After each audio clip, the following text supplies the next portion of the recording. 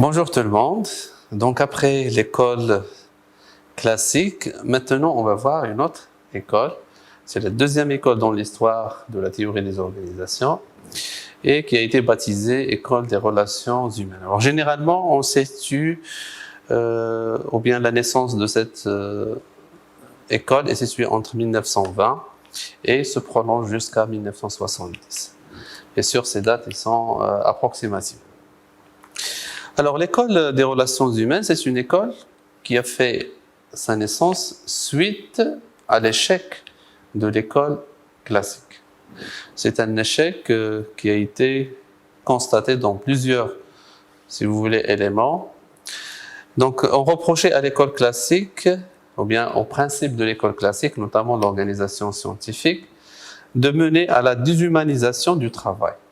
Donc, comme vous avez déjà vu dans les vidéos, et également dans les explications que nous avons données, que dans l'organisation scientifique du travail, bien pour l'organisation, ou bien pour l'école classique d'une façon générale, l'homme se réduit à une simple machine d'exécution, notamment avec le principe de la répartition horizontale. Donc, n'importe qui peut réaliser n'importe quelle tâche, et donc il n'y a pas de reconnaissance de l'effort intellectuel. Alors, cette reconnaissance de l'effort, la non-reconnaissance de l'effort intellectuel est un principe qui a réduit et bien qui a accentué la situation et la valeur du travail pour les employés. Alors, le principe du salaire au rendement, comme vous avez vu avec Taylor et également Ford et même avec Fayol. Donc, le salaire, c'est un salaire qui est lié à la production, qui est liée à la quantité produite par le salarié. Et donc, l'effort intellectuel, comme je viens de le signaler, n'est pas reconnu. Alors, tous ces constats ont causé un certain nombre de malaises pour les entreprises et également pour l'économie. Et on a commencé à constater un absentisme qui est très important. Et cet absentisme, nous l'avons également signalé au moment où nous avons présenté les principes de Ford. Donc on a dit qu'un ouvrier sur deux quittait l'usine avant la fin de l'année. Donc 50% des employés quittaient l'usine vu les conditions qui sont, ou bien conditions de travail qui étaient non convenables. Alors il y avait également une montée des conflits sociaux.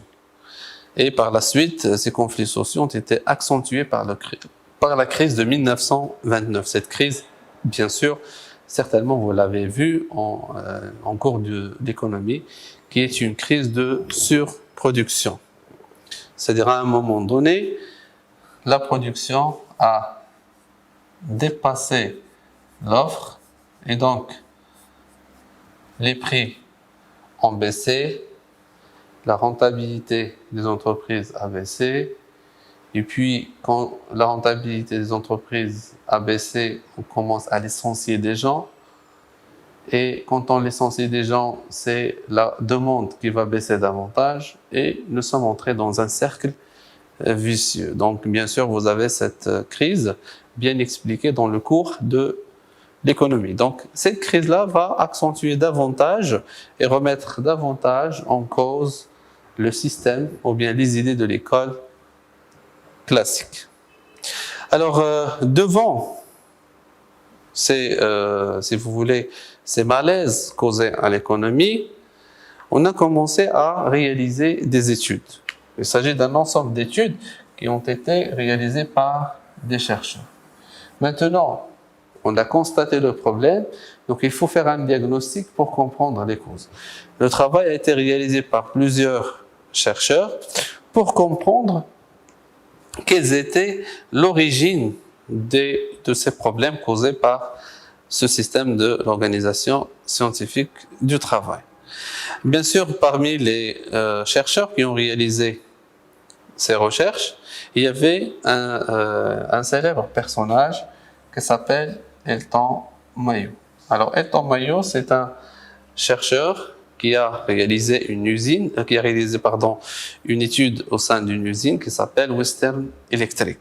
C'était une usine de fabrication des fibres pour la téléphonie ou bien téléphonique, et qui avait un certain nombre d'hypothèses et d'idées dans sa tête qu'il voulait tout simplement les tester. Alors, Elton Mayo, qui est considéré comme l'un ou bien comme le père de l'école des relations humaines, est à la base un psychologue et sociologue, c'est-à-dire de sa formation. Alors, il est considéré comme le fondateur, comme je viens de dire, de l'école relations humaines et également de la sociologie du travail. Alors, quand il voulait réaliser son étude, Elton Mayo, il avait dans la tête d'établir un lien entre les conditions du travail, par exemple l'éclairage, le niveau d'éclairage, les horaires du travail, les primes, le temps de repos, etc. Et d'un autre côté, la productivité. Bien sûr, Elton Mayo avait une idée comme quoi, si on améliore les conditions du travail, si on les améliore, bien sûr, ça va faire augmenter la productivité des gens. C'était ça l'idée principale et l'hypothèse principale qu'Elton Mayo voulait tester au sein de l'usine Western Electric.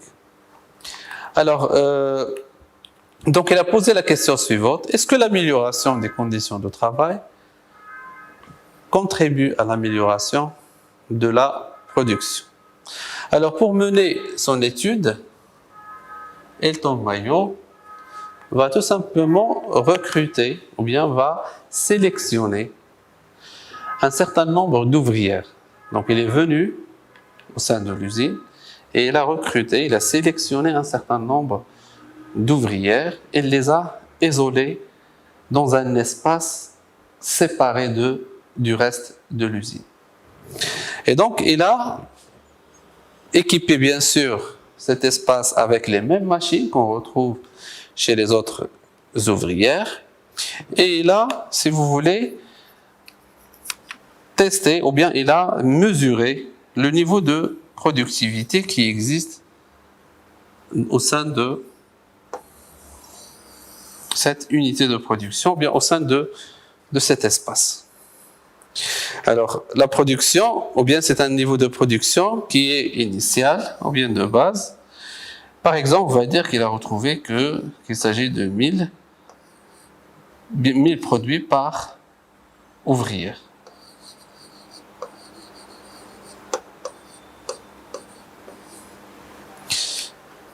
C'est juste un exemple, juste un exemple chiffré pour pouvoir suivre par la suite. Alors, qu'est-ce qu'il va faire par la suite, Elton Mayo? Il va augmenter l'éclairage, c'est-à-dire l'éclairage de cette salle dans laquelle se déroule son expérience. Il a augmenté l'éclairage au sein de cette salle. Qu'est-ce qu'il va constater? Elton Mayo va constater que la productivité a augmenté. Par exemple, on est passé à 1500 par ouvrière. 1500 unités. Donc le niveau de la productivité a augmenté. Bien sûr, en suivant ces deux étapes, on peut hâtivement conclure que le fait d'augmenter la production, ou bien d'augmenter, le niveau d'éclairage, c'est-à-dire améliorer les conditions de travail, va tout simplement améliorer ou bien participer à l'amélioration de la productivité. Mais Elton Mayo, c'est un chercheur, donc il va approfondir davantage ses résultats. Et qu'est-ce qu'il va faire? Il va tout simplement diminuer maintenant l'éclairage, même par rapport au niveau initial. C'est-à-dire qu'il a rendu la salle plus sombre que la situation initiale. Surprise, qu'est-ce qu'on va constater? On va constater qu'il y avait une augmentation davantage de la production. Par exemple, 2000 produits par ouvrière. Et ça, c'est étonnant comme résultat d'Elton Mayo. Alors, qu'est-ce qu'il va faire par la suite, Elton Mayo? Il va revenir à la situation d'éclairage initial.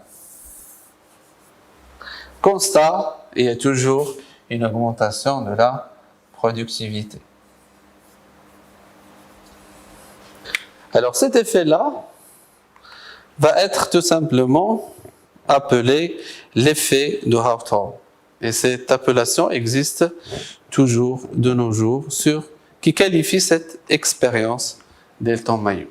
Donc finalement, qu'est-ce qu'il fallait conclure, ou bien qu'est-ce qu'Elton Maillot a conclu?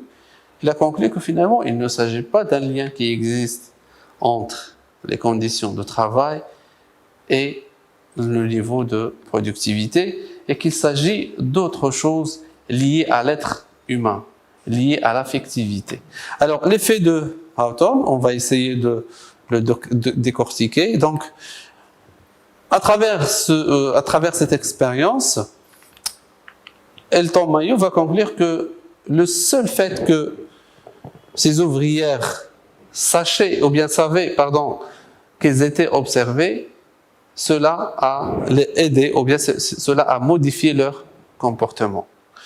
Parce que finalement, après ces recherches, Elton Maillot il va comprendre que les ouvrières qui ont été sélectionnées croyaient qu'ils avaient quelque chose d'original, qu'ils avaient quelque chose d'important. C'est pourquoi elles étaient sélectionnées pour l'expérience.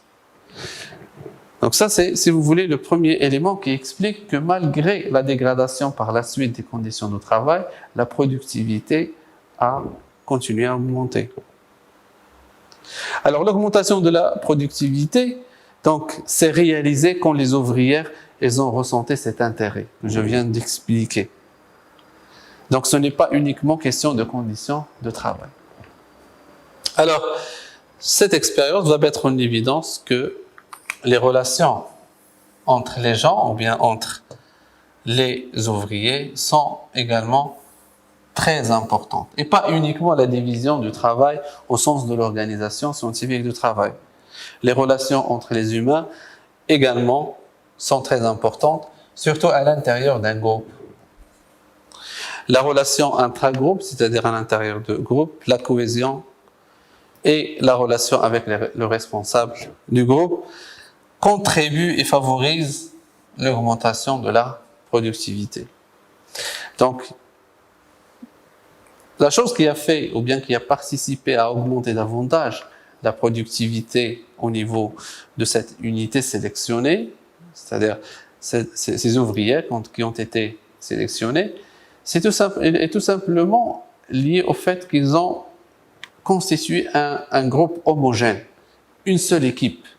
Et donc, cette équipe a fixé comme défi de maximiser davantage chaque jour et d'améliorer davantage chaque jour la productivité. Et donc, ces relations interpersonnelles et à l'intérieur du groupe vont être mises en évidence par cette expérience. Donc, la cohésion et les bonnes relations s'obtiennent en passant d'un système classique, comme celui suggéré par l'Organisation scientifique du travail, à un système qui est plus souple, qui encourage les relations entre les membres d'un seul groupe. Ce qui est important, c'est les sentiments, c'est la partie émotionnelle, ce sont les sentiments, et non uniquement l'autorité. L'autorité qui est tout simplement proposée par l'Organisation scientifique du travail et l'école classique.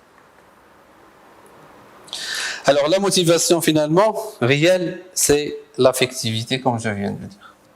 Et l'affectivité, c'est-à-dire que c'est tout simplement les sentiments, c'est la cohésion, c'est l'émotionnel.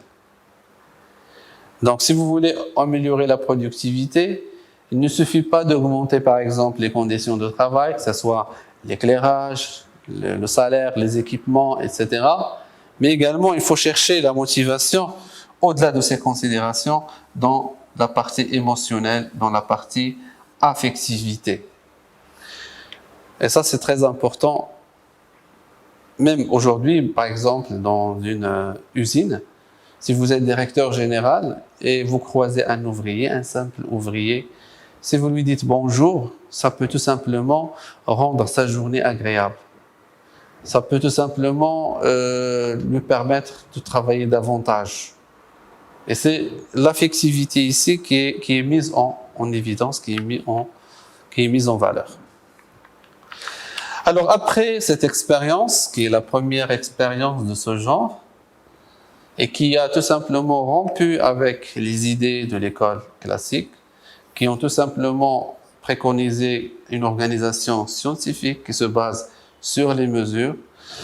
Il y avait d'autres chercheurs qui ont suivi l'idée principale des Mayo, et parmi ces auteurs, il y a le Kurt Lewin. Alors Kurt Lewin, c'est un psychologue américain qui est d'origine allemande.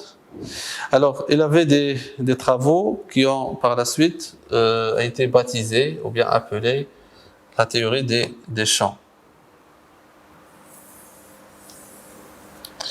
Alors, Kurt Lewin, c'est lui, ou bien à qui on doit le concept de la dynamique du groupe, qui est un concept qui est très important dans la psychologie du travail, la dynamique du groupe. Alors, qui dit la théorie des champs dit un emprunt. Il s'agit tout simplement d'un emprunt de l'idée, tout simplement des champs magnétiques qui existent chez la matière, c'est la matière physique.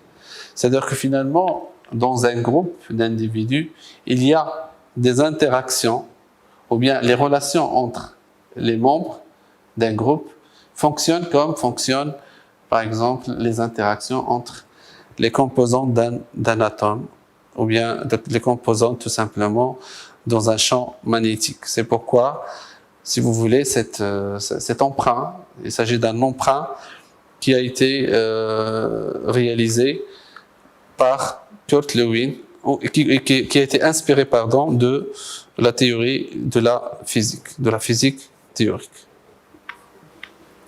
Donc c'est on assimile, si vous voulez, les relations entre les individus comme un champ de force. Donc il faut essayer de comprendre ces différents champs de force à la lumière de la physique théorique qui essaie de faire la même chose. Alors la dynamique du groupe proposée par Kurt Lewin comme idée principale de ses travaux s'applique sur deux choses. Alors, si on applique la dynamique du groupe, on arrive au résultat suivant. Alors, si vous voulez changer un groupe, ou bien si vous voulez changer une organisation, il faut s'attaquer au groupe et non pas aux individus. Autrement dit, il est plus facile de changer des individus formés en groupe que de changer des personnes séparément. Et cette idée, bien sûr, c'est une idée qui veut dire que si je veux, par exemple, négocier avec, ou bien pour réaliser une action de changement, par exemple, on va changer notre méthode de travail. Alors, au lieu de parler à chaque membre de l'organisation séparément, ça va me prendre beaucoup de temps et peut-être je ne vais pas arriver à instaurer ou bien à mettre en place la solution. Donc, il vaut mieux passer par le groupe, c'est-à-dire je vais réunir par exemple le groupe comme on va le voir dans l'exemple suivant. Alors, l'exemple de l'application de cette idée chez Kurt Lewin. Alors, supposons que vous avez, ou bien vous êtes responsable commercial et vous avez une équipe de vente. Alors, d'habitude, vous n'appelez pas les clients pour prendre des rendez-vous. Vous laissez, par exemple, les clients venir volontairement, sans prendre, ou bien sans la prise des rendez-vous. Maintenant, avec la concurrence, etc., votre responsable, vous voulez changer ça, vous voulez changer cette méthode de travail. C'est-à-dire, vous allez demander à votre équipe d'appeler les clients pour des rendez-vous. Alors, si vous parlez avec l'ensemble de votre équipe un par un, ça va être très difficile d'instaurer un tel changement. Comme nous avons dit tout à l'heure, il est plus facile de changer un groupe que de changer les personnes séparément. Donc, qu'est-ce qu'il faut faire? Il faut tout simplement les réunir. Par exemple, on va prévoir une réunion avec ordre du jour, instaurer cette procédure de prise de rendez-vous. Donc on va réunir tout le monde et on va commencer à diviser, si vous voulez, analyser les forces ou bien les champs de force en deux. On va dire quelles sont les forces gênantes qui empêchent la mise en place de cette procédure, c'est-à-dire procédure d'appeler les clients avant, pour des rendez-vous, et quelles sont les forces motrices, c'est-à-dire les forces qui aident à la mise en place ou bien qui encouragent la mise en place d'une telle procédure. Alors, par exemple, on va commencer à discuter avec les différents membres de l'équipe de vente. Par exemple, il y a quelqu'un qui va nous dire c'est une tâche qui n'a pas été faite auparavant. C'est juste parce qu'on n'a jamais travaillé avec une telle démarche, bon, ça ne va pas marcher. Alors d'autres vont vous dire on n'a pas eu de formation pour le faire. C'est vrai. Finalement, si on veut commencer à appeler les gens ou bien les clients pour des rendez-vous, il faut déjà effectuer une formation sur ça. Donc on va noter cette idée. Alors par une autre idée, alors on va dire attitude négative du personnel. Bon, il y a des gens qui résistent pour résister. Quand on parle d'un changement d'une méthode de travail, il y a des gens qui disent non comme ça, donc c'est pas bien. Bon, et se sentent mal à l'aise, tout simplement. Alors attitude négative du personnel, qui sont tout simplement contre cette idée, etc. Donc on va commencer à recenser l'ensemble des forces gênantes qui vont empêcher de mettre en place cette nouvelle procédure. Alors par la suite, on va passer à quels sont les avantages ou bien les forces motrices de cette nouvelle procédure. Donc par exemple, on va dire que bon, si on met en place une telle procédure, forcément, notre budget de vente va augmenter. Et si le budget de vente va augmenter tout simplement, bien sûr, nos moyens vont augmenter, également nos objectifs. Et ça, c'est très bien pour une équipe c'est-à-dire qui dit tout simplement budget, et par la suite objectifs, moyens, et par la suite des primes. Alors la concurrence devient de plus en plus difficile. Il y a quelqu'un par exemple qui a dit c'est vrai, aujourd'hui on a plus de concurrence et donc il faut maintenant être avant-gardiste et essayer d'accrocher les clients et d'aller chez les clients, ou bien d'aller chercher les clients. Une autre personne va dire nous voulons offrir un meilleur service. Bien sûr, quand vous allez appeler les clients, ça va vous aider à mettre en place ou bien à offrir un meilleur service. Parce qu'il se peut que, par exemple, le client qui ne vient pas avec un rendez-vous à l'avance soit obligé d'attendre, bien sûr, d'attendre un peu avant d'arriver avant d'être reçu par le responsable, même par le commercial, etc. Donc, une fois qu'on va arrêter et limiter l'ensemble des forces motrices, ou bien des avantages, et les inconvénients, ou bien les forces gênantes, on va commencer à les noter un par un. Donc on va donner des points comme ça, par exemple de 1 sur 10, et on va commencer à noter tout simplement chaque élément. Et par la suite, on va faire la même chose au niveau des forces motrices. Forcément, quand on va faire le total, on va arriver, ou bien on va conclure que finalement, on a plus d'intérêt à adopter cette procédure, c'est-à-dire de prise de rendez-vous, que de continuer à travailler avec l'ancienne méthode. Et bien sûr, rien qu'en faisant ce genre de réunion avec votre équipe, vous allez tout simplement, ça va vous faciliter d'instaurer ce changement et finalement tout le monde va être d'accord. Donc c'est ça, si vous voulez, c'est un exemple d'application de cette idée chez Kurt Lewin qui veut dire tout simplement qu'il est plus facile de changer les personnes organisées en groupe que de les convaincre ou bien de les changer séparément. Voilà. Donc c'est ça l'idée, ou bien la première idée issue de la dynamique du groupe. La deuxième idée, ou bien la deuxième idée qui se base, ou bien qui est tirée de cette dynamique, de la théorie de la dynamique du groupe, c'est une catégorisation d'un ensemble de styles de leadership. Leadership et leur influence sur l'atmosphère et le fonctionnement d'un groupe. Alors pour cela, Kurt Lewin a mené une expérience qui a été très célèbre, qui a été menée par Lipitz et White. Et ces deux chercheurs étaient des doctorants, ou bien dirigés par Kurt Lewin. Ils étaient sous l'encadrement de Kurt Lewin et qui ont réalisé une expérience qui a été menée sur des enfants. Donc ils ont recruté des enfants et ils les ont organisés sous forme de groupe et par la suite ils ont commencé à observer leur comportement, surtout le comportement des leaderships ou bien des responsables de ces groupes, parce que ces leaderships ou bien ces responsables étaient la cible visée par cette recherche.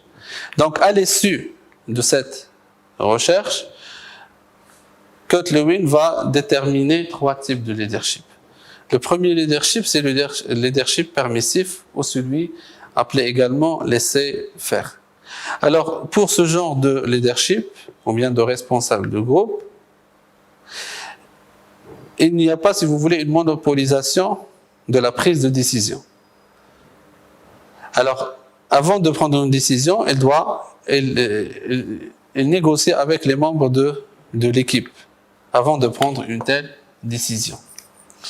Et ce membre, ou bien ce type de leadership existe également dans les organisations, que ce soit privées ou bien publiques. Alors, le deuxième type de leadership, c'est le leadership autoritaire. Alors, dans un autre groupe, qui est totalement différent, on va détecter un type de leadership qui monopolise, si vous voulez, la décision. C'est lui qui définit les rôles de chacun et répartit le travail, monopolise la décision, comme je viens de dire, mais ne participe pas à l'action.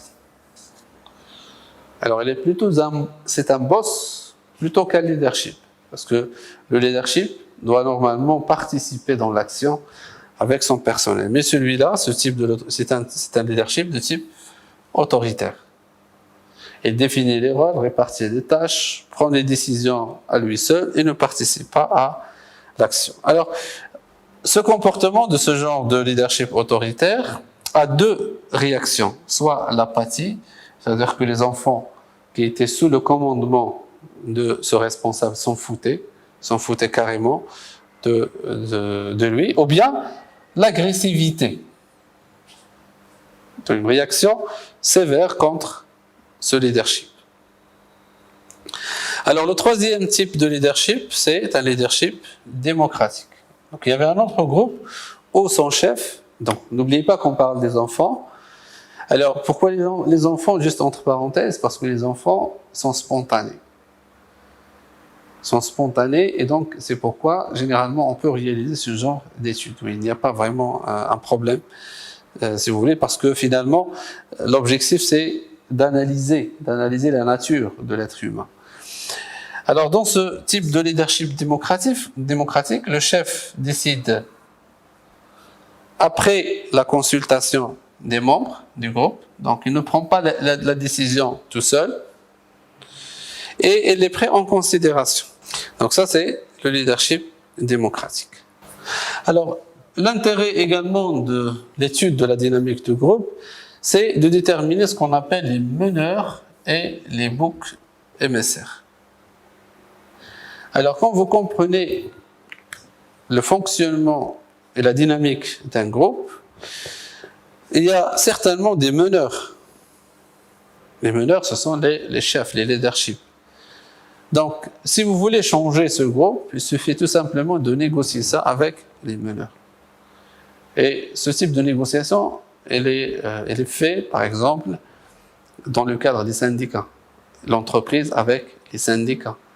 L'État, par exemple, avec les syndicats. Et donc, les meneurs de jeu, la dynamique, ou bien parmi les choses, c'est de déterminer ces meneurs de jeu qui peuvent tout simplement... Alors, si vous arrivez à gagner la confiance des meneurs de jeu, vous gagnez tout simplement la confiance du groupe, ou bien du troupeau.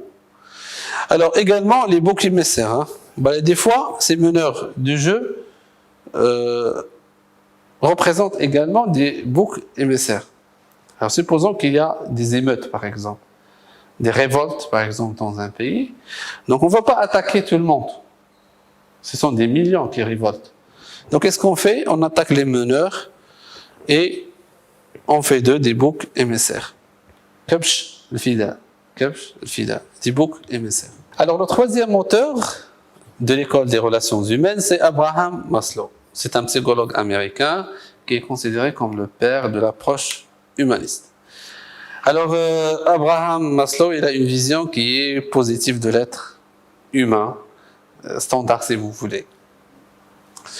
Alors Abraham Maslow, il est célèbre par sa pyramide de besoins, pyramide des besoins, et c'est une pyramide qui structure, si vous voulez, l'évolution des besoins de l'être humain. Il ne s'agit pas d'une contribution managériale, ou bien de la façon avec laquelle on doit s'organiser, comme c'était le cas avec les autres auteurs, mais c'est une vision qui va vous aider à comprendre l'homme dans l'organisation. Alors ces besoins ils sont structurés sous forme d'une pyramide que je viens de le signaler. Alors les premiers besoins, bien à la base il y a des besoins physiologiques, c'est des besoins naturels, c'est des besoins primitifs si vous voulez, comme celui de boire, de manger, de dormir, de se vêtir, etc. Alors une fois que l'homme satisfait ses besoins, il cherche les besoins, ou bien un deuxième niveau de besoin qui est le besoin de sécurité. C'est-à-dire que l'homme doit se sentir en sécurité et en stabilité. Le troisième niveau de besoin est appelé le besoin d'appartenance. Alors une fois qu'on se sent en sécurité, on a besoin d'appartenir, ou bien de faire partie à un groupe, à une ethnie, à une organisation, à une entreprise, à une école, etc. Donc c'est le besoin d'appartenance. Le quatrième niveau de besoin, c'est le besoin de reconnaissance et d'estime. Bien sûr, la reconnaissance et de l'estime de l'autre, c'est la reconnaissance des autres, y compris leur dignité, leur statut par exemple social, l'autonomie, son autonomie, l'indépendance, avoir confiance, etc. Et finalement, le niveau le plus élevé, elle va l'appeler le besoin d'accomplissement de soi. C'est un besoin qui est tout simplement le niveau le plus élevé, qui met en évidence le potentiel, la créativité de la personne. Le potentiel et la créativité de la personne. Alors, les pyramides, ou bien la pyramide des besoins de Maslow, elle a des limites. Alors, la limite principale de cette pyramide, c'est que pour Maslow, on ne peut pas passer à un besoin supérieur sans satisfaire le besoin inférieur. C'est-à-dire, je ne peux pas chercher la sécurité avant le besoin physiologique. Je ne peux pas chercher, par exemple, l'appartenance avant la sécurité, etc. Pour Maslow, ces besoins ou bien sont organisés d'une façon chronologique. Alors, il y a des contre-exemples qui montrent cette limite principale, comme vous pouvez le voir par exemple sur cette image, qui montre un geste de l'acrobatie, qui est réalisé par cette personne, et qui va tout simplement sacrifier le besoin de sécurité pour atteindre l'accomplissement. Le besoin de l'accomplissement. La même chose par exemple pour les personnes qui font des révoltes ou bien des émeutes. Ils savent très très bien qu'ils peuvent être tués, donc c'est-à-dire le besoin de sécurité. Mais ils cherchent par exemple à être reconnus. Ils cherchent l'appartenance, ils cherchent l'accomplissement, etc. Alors à l'intérieur même d'une organisation, vous pouvez tomber sur des personnes ou bien des employés qui cherchent d'abord le besoin d'accomplissement, d'être reconnu comme un super-héros, avant même de chercher l'appartenance au sein de l'entreprise. Ils cherchent d'abord l'accomplissement avant l'appartenance, etc. Voilà la limite principale d'Abraham Maslow. Alors après Abraham Maslow, on a Frédéric Herzberg. Alors Frédéric Herzberg, c'est un psychologue américain et qui va être derrière ce qu'on appelle la théorie des deux facteurs, ou bien factoriel. Alors, cette théorie va représenter en fait une suite à la théorie d'Abraham Maslow, bien la pyramide d'Abraham Maslow. Alors, selon cette théorie, à deux facteurs, il y a deux facteurs, il y a les facteurs d'hygiène et les facteurs de motivation. Alors, pour Herzberg, le contraire de la satisfaction, ou bien la non-satisfaction, n'est pas la satisfaction. La non-satisfaction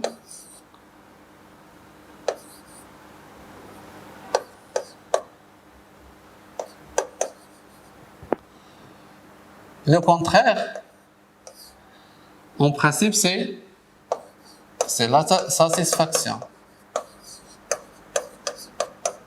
Pour Herzberg, ce n'est pas vrai. La non-satisfaction, son contraire, n'est pas la satisfaction. Alors, exemple. Alors, imaginez par exemple que vous êtes un employé qui n'est pas satisfait. Alors, vous êtes dans un poste et vous avez par exemple, un trou par exemple dans le toit qui fait passer la pluie et qui tombe sur votre tête directement. Alors, bien sûr, est-ce que vous allez être satisfait? Non. Vous êtes non satisfait. Maintenant, supposons qu'on va boucher le trou et que finalement, la pluie va s'arrêter de tomber directement sur votre tête. Est-ce que maintenant vous allez être satisfait? Pas forcément. Et donc, c'est ça ce qu'il voulait mettre en évidence Herzberg. Il y a des facteurs de motivation et il y a des facteurs d'hygiène qui sont liés aux conditions de travail. Par exemple, la sécurité au travail. Même si vous êtes en sécurité dans votre travail, ça ne va pas vous motiver. Alors, la relation au travail également, leur nature n'est pas un facteur, c'est un facteur d'hygiène. La réglementation administrative, c'est-à-dire les procédures, le salaire. Le salaire n'est pas un facteur de motivation pour Herzberg. La supervision. La nature de supervision, bien de contrôle.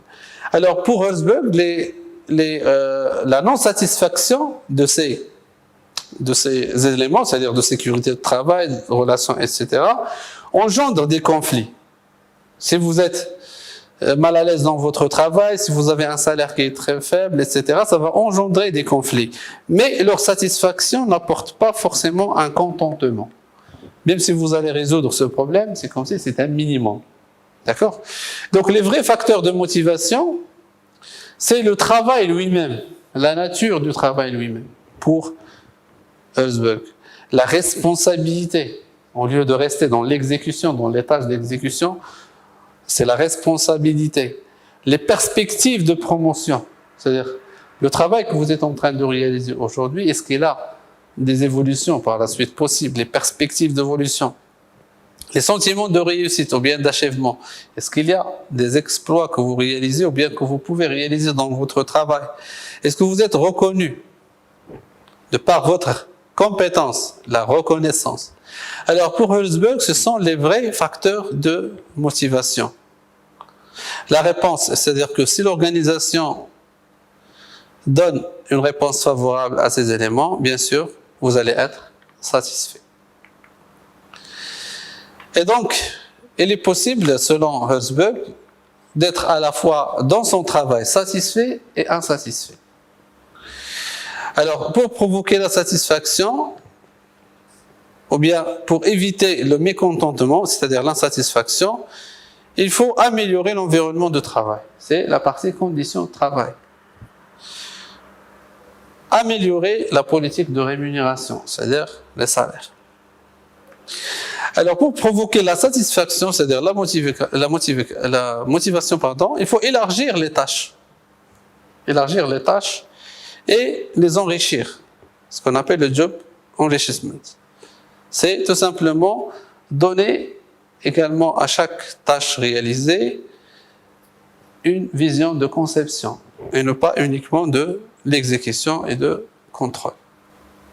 Alors le dernier auteur que nous allons voir dans l'école des relations humaines, c'est McGregor. Alors McGregor est un professeur de management, il est titulaire d'un doctorat en psychologie. Donc, cet auteur va proposer deux théories, la théorie X et la théorie Y. Alors, la théorie X est basée sur les postulats suivants. Alors, pour lui, à l'intérieur des organisations, il y a des personnes, de par leur nature, sont des paresseux. Kusala. Ils n'aiment pas le travail. Elles doivent être toujours contrôlées, dirigées et soumises à des sanctions. Alors, dans la mesure où le travail est nécessaire, seul le salaire peut compenser la désutilité du travail. Alors, l'homme préfère être dirigé. Alors, cette catégorie de personnes évite toute responsabilité. Même si vous lui proposez un service ou bien de diriger un service ou une direction,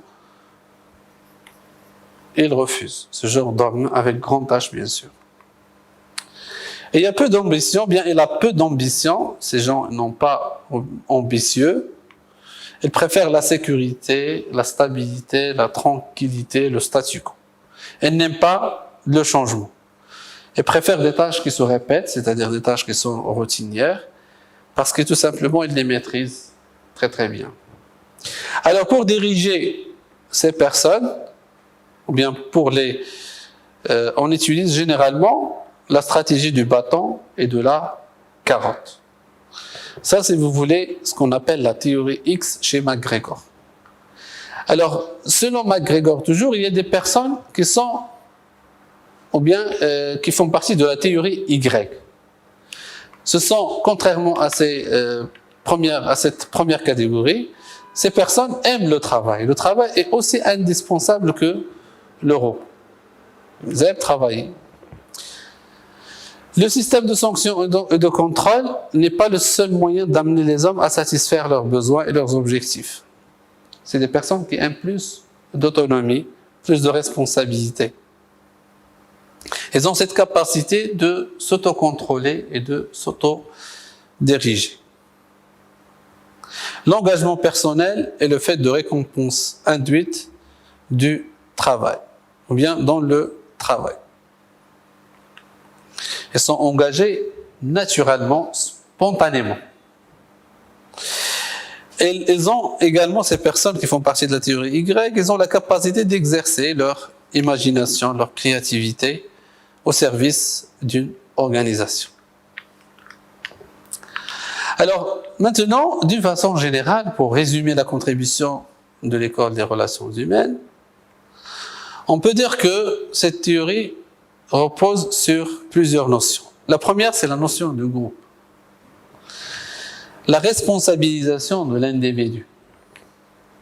L'intérêt donné au travail et la reconnaissance sociale des individus. Voilà, si vous voulez, les principes de l'école des relations humaines. La notion de groupe que nous avons vu avec Kurt Lewin, que nous avons vu également avec l'expérience d'Elton Mayo, la responsabilisation de l'individu, l'intérêt donné au travail et la reconnaissance sociale de l'individu. Par contre, cette école elle a un certain nombre de limites qui résident dans l'inefficacité opérationnelle.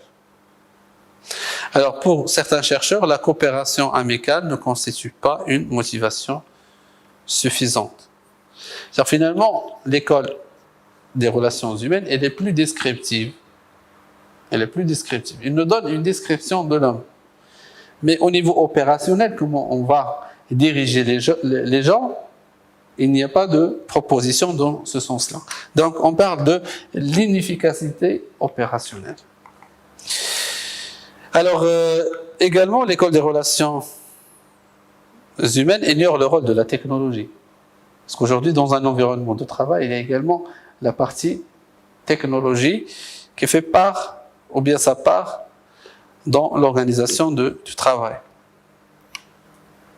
C'est une psychologie qui est simpliste, qui est sans complexité, et qui, tout simplement, centrée sur l'homme social, sans prendre en considération son éducation, sa formation, ses racines, ses origines, etc. Donc, elle est limitée sur l'homme social, c'est-à-dire l'homme dans sa société ou bien dans l'entreprise, sans prêter attention à l'homme. lui-même. Alors le tableau que vous voyez là, c'est un tableau qui essaye de comparer à la fois l'école classique et l'école des relations humaines, à travers un certain nombre d'éléments. Alors par rapport à la décision, pour l'école classique, pour l'école classique, elle doit être centralisée, avec par exemple l'organisation verticale, la tâche de conception et les tâches de réalisation. Donc pour l'école classique, il y a une centralisation. On centralise, il y a l'unité de commandement également chez Fayol. Par contre, l'école des relations humaines, elle est pour la décentralisation, pour la motivation des gens, à travers la responsabilité, comme nous l'avons vu avec Herzberg, par exemple, et d'autres auteurs. Alors, l'unité de base de l'organisation. Quelle est l'unité de base pour l'organisation? Pour l'école classique, c'est l'individu. C'est l'individu qui est l'unité de base. Alors que pour l'école des relations humaines, c'est le groupe. Et nous avons vu ça avec la dynamique de groupe chez Kotlowin. Alors la structure, ou bien la nature de la structure, l'école classique, elles sont pour la formalisation, pour les mesures, organisation scientifique du travail. Alors que pour l'école des relations humaines, le plus important n'est pas décrit par l'organisation. Elle est informelle. Elle est informelle. Alors, la force d'intégration, pour intégrer les gens, c'est l'autorité, l'école classique, alors que pour l'école des relations, c'est la confiance.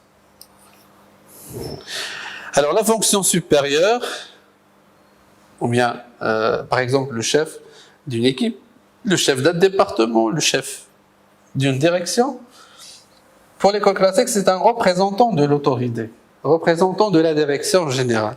Alors que pour l'école des relations humaines, c'est un agent de communication.